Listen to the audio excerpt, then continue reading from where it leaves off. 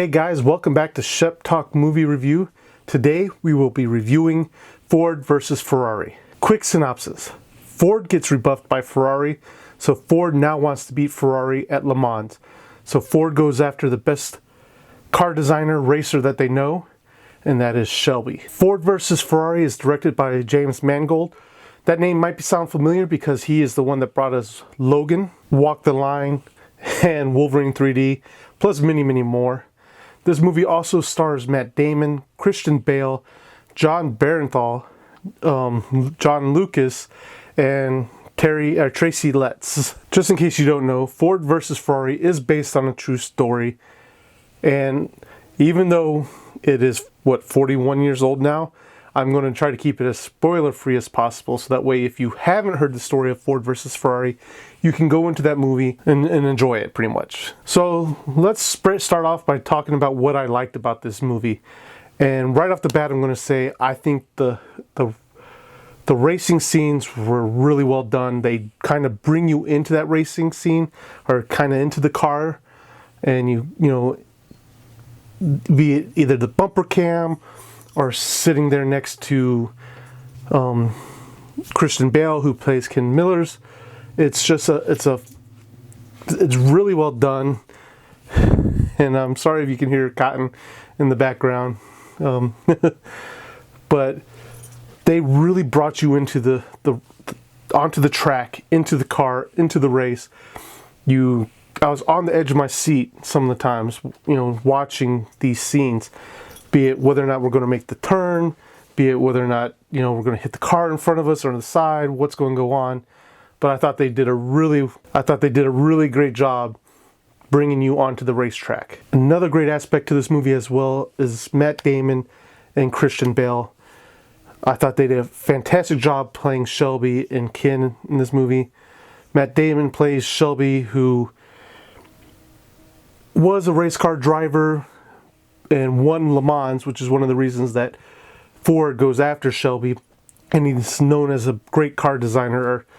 So, and then Christian Bale plays Ken, who's this abrasive British race car driver that, you know, he's gotten the reputation that he's very difficult to work with, but he is someone that if he's behind the wheel, you know he's going to give it his all to win.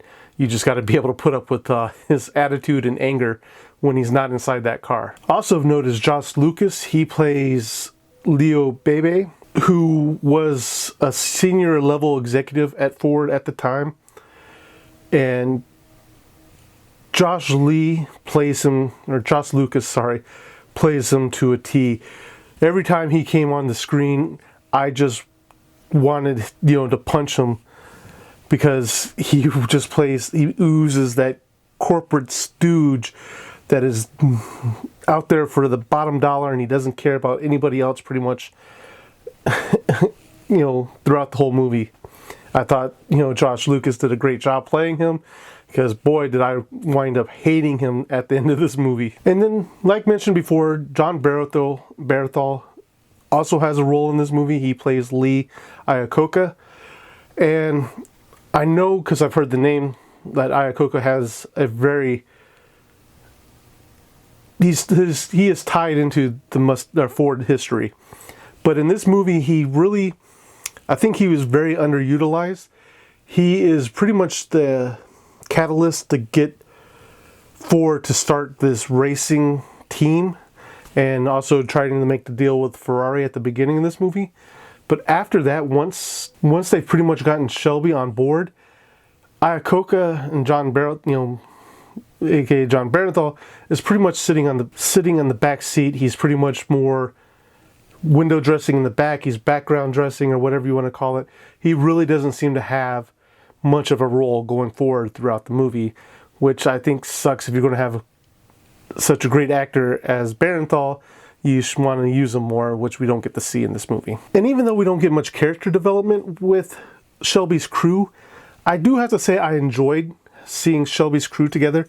Seeing Shelby and Ken and his crew build the GT40, you know, was just, they had such great chemistry together that It was really fun watching them on the screen, even though we really didn't get their history.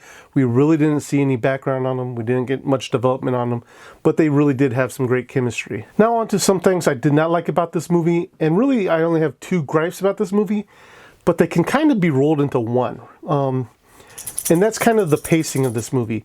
This movie is just over 2.5 hours long, and there are certain areas where this movie could have probably cut stuff.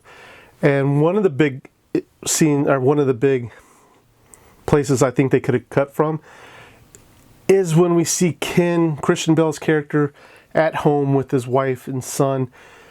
I get what they were trying to go for. They were trying to give you that emotional tie to Ken, so that way you cared about what happened to him on and off the field or off the track.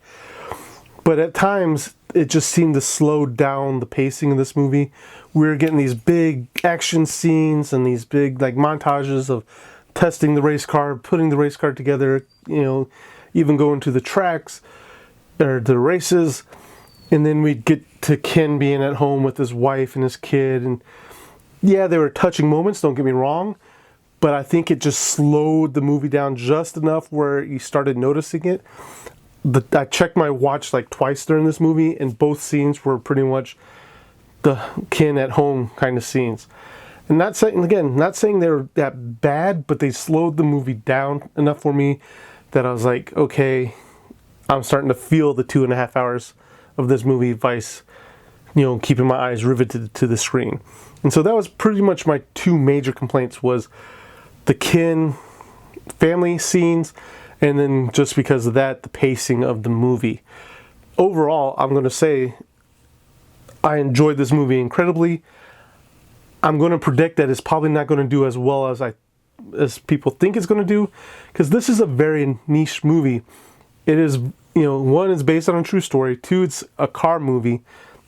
And so if you don't have those interests, if you're not interested in the Ford versus Ferrari feud or the history or based on true story type things, then you're not really going to be interested in this movie.